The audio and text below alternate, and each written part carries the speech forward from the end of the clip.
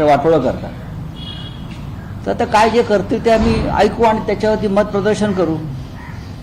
अजित पवार मुख्यमंत्री होईपर्यंत गप्प बसायचं नाही, वैद्यकीय शिक्षण मंत्री हसन मुश्रीफ यांचा. माझ्या शुभेच्छा आहेत हसन मुश्रीफ यांच्या वक्तव्याला आणि अजित पवारांच्या पुढल्या कार्यकर्त्याला आमच्या शुभेच्छा आहेत. अजित पवार विक्रमी वेळा उपमुख्यमंत्री झाले, विक्रमी वेळा. त्यांचा विक्रम देशामध्ये कोणालाही तोडता येणार नाही. आणि अजित पवार यांच्यासारखा सक्षम नेता हा या राज्याचा मुख्यमंत्री होणार असेल तर आम्हाला दुःख होण्याचं कारण नाही. हसन मुश्रीफ आणि त्यांच्या लोकांनी प्रयत्न करत राहावं. सर, संभाजी भिडे यापूर्वी अनेक वादग्रस्त विधान त्यांनी केली आहेत. सर्व धर्म समभाव हा नीचपणा आहे अशा पद्धतीचे विधान त्यांनी नाशिकमध्ये केले. करू द्या, त्यांच्याकडे काय लक्ष देत, ते कोण आहेत बोलू त्या. डोनाल्ड ट्रम्प यांनी काल अधिक टॅरिफ लावण्याची घोषणा केली आहे. तेव्हा एक प्रकारे भारताला धमकी. बहुतेक आज जे 5 ऑगस्टला मोदी घोषणा करतायत ते बहुतेक ट्रम्प विरुद्ध काहीतरी घोषणा करतील असे मी अपेक्षा करतो. ट्रम्प भारताला जे धमक्या देत आहेत, ट्रम्प भारत पाकिस्तान युद्ध थांबवण्याच्या संदर्भात दबाव आणल्या संदर्भात भूमिका घेत आहेत. आणि आज इंडियाच्या बैठकीत बहुतेक मोदी सांगतील आता मी ट्रम्पला धडा शिकवतो म्हणून. तसं केलं तर आम्ही त्यांचा नक्की सत्कार करू. सर, कलम 370 हटून 6 वर्ष पूर्ण झाले, काय बदललं हा प्रश्न? काहीच बदललं नाही. कारण तिथे जमीन खरेदी करता येतील, मोठ्या प्रमाणात परकीय गुंतवणुकीत हे दावे करण्यात आले होते. बघा, 6 वर्षामध्ये काश्मीरमध्ये काही बदललेलं नाही. भारतीय घटना जरी तिथे लागू झाली असली तरी त्या भारतीय घटनेनुसार तिथे कोणतेही काम होत नाही. भारतीय नागरिक तिकडे जाऊन आजही जमीन खरेदी करू शकलेला नाही.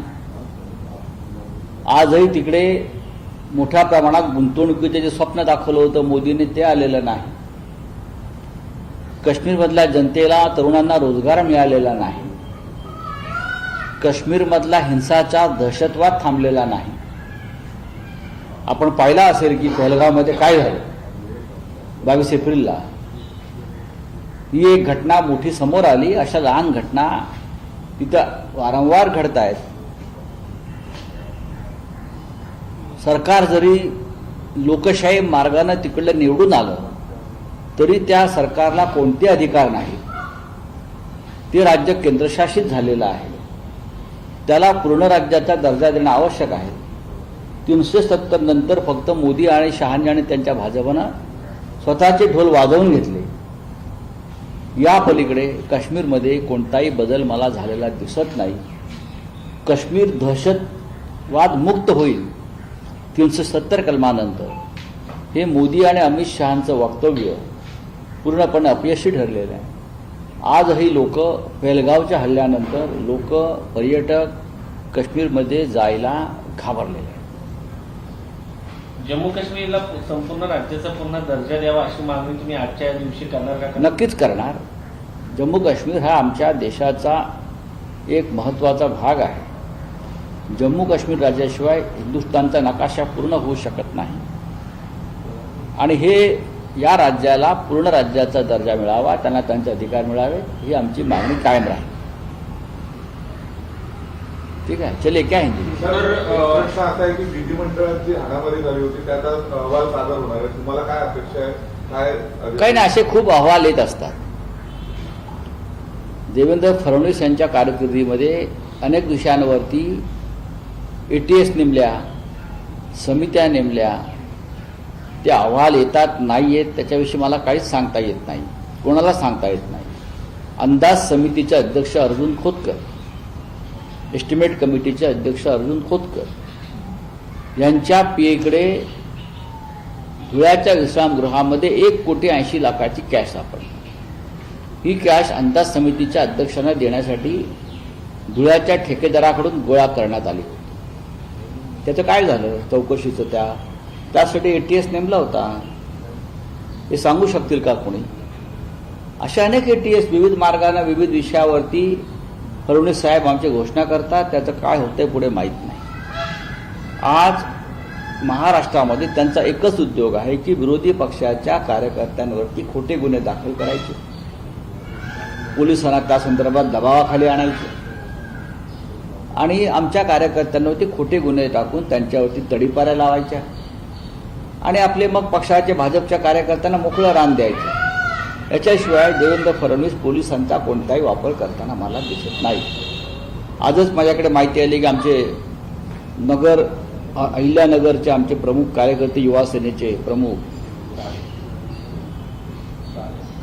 नाही अनिल राठोड जे आमचे आमदार होते 5 वेळा, त्यांचे चिरंजीव विक्रम राठोड यांच्यावरती सुद्धा अशा प्रकारचे खोटे गुन्हे दाखल करून त्यांच्यावरती कारवाई केली.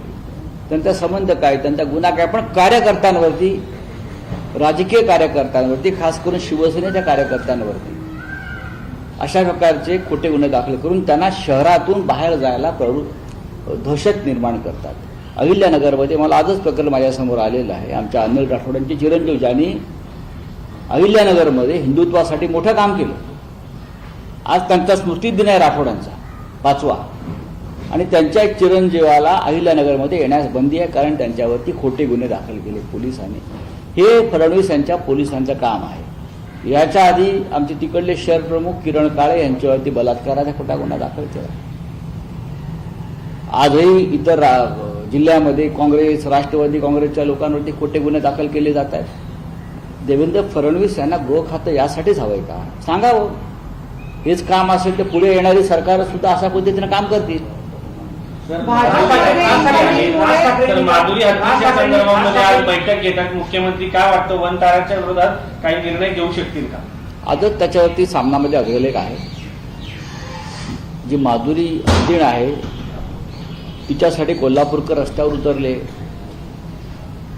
रडले. ही चांगली गोष्ट आहे. ही भूतदया चांगली आहे. आणि त्या संदर्भात सर्वोच्च न्यायालयाचा एक निर्णय आहे आणि त्या निर्णयानुसार त्या माधुरी हत्तीणीला वनतारामध्ये नेलं आहे. तिला उपचाराची गरज आहे असं सांगण्यात आलं. आता हा निर्णय सर्वोच्च न्यायालय घेऊ शकेल. मुख्यमंत्र्यांनी बैठक घ्यावी, लोकभावनांचा आदर करावा, पण एका हत्तीणीसाठी जनता रस्त्यावर येते. आणि जी जनता जिने भाजपला मतदान केलं, जैन समाज खास करून, मला त्यांच्याविषयी आदर आहे सगळ्यांविषयी, पण या महाराष्ट्रामध्ये 750 शेतकऱ्यांनी आत्महत्या केल्या. त्यांच्यासाठी कोणी अश्रू घालायला तयार नाही. या महाराष्ट्रामध्ये बेरोजगारी वाढली आहे. बेरोजगार तरुण आत्महत्या करतायत. त्यांच्यासाठी कोणाला खंत वाटत नाही. पण अचानक सगळे लोक रस्त्यावरती उतरलेत. माझ्या त्या लढ्याला आमच्या शुभेच्छा शिवसेनेला आम्ही सामनामध्ये म्हटलं. जर लोकभावनेचा आदर करून नांदणी मठातली हत्तीण जर कोल्हापूरला परत आली, पूर्ण बरी होईल, तर आम्ही स्वागतच करू. काल राज ठाकरेंनी पदाधिकाऱ्यांना सूचना केलेल्या आहेत. युतीचा निर्णय माझ्यावरती 16 युती कधी करायची ठरवून, पण पालिकेत आपलं 100% सरकार येणार अशा पद्धतीने त्यांनी विश्वास व्यक्त केला. माननीय उद्धव ठाकरे आणि माननीय राज ठाकरे हे एकत्र आल्यामुळे मुंबई, ठाणे, कल्याण, डोंबिवली, नवी मुंबई, पुणे, नाशिकसह संभाजीनगर अशा अनेक महानगरपालिकांमध्ये आम्ही नक्कीच बहुमत प्राप्त करू. हा आत्मविश्वास आमच्या कार्यकर्त्यांना नक्की आलेला आहे. एकत्र लढणार आहेत का स्थानिक स्वराज्य संस्थांच्या नक्की. निवडणुकीत? दोन्ही ठाकरेच मिळून? बघा, ह्याच्यावरती आता दोन्ही ठाकरे येऊन चर्चा करतील. उद्या एक ठाकरे इथे येत आहेत. तुम्हाला परवा 11 वाजता भेटणार आहेत. ते 7 तारखेला सकाळी 11 वाजता तुम्हाला भेटणार आहेत सगळ्यांना. तेव्हा तुम्ही त्यांच्याशी याच्या विषयावर चर्चा करा. आधी राज ठाकरे इंडिया आघाडीत येतील. बघा, कुठला प्रश्न आहे. ट्रम्प ने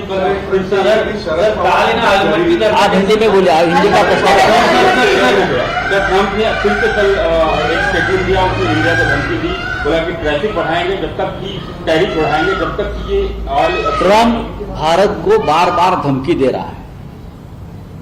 अब तक 35 बार ट्रम्प ने भारत को धमकी दी 2 महीने.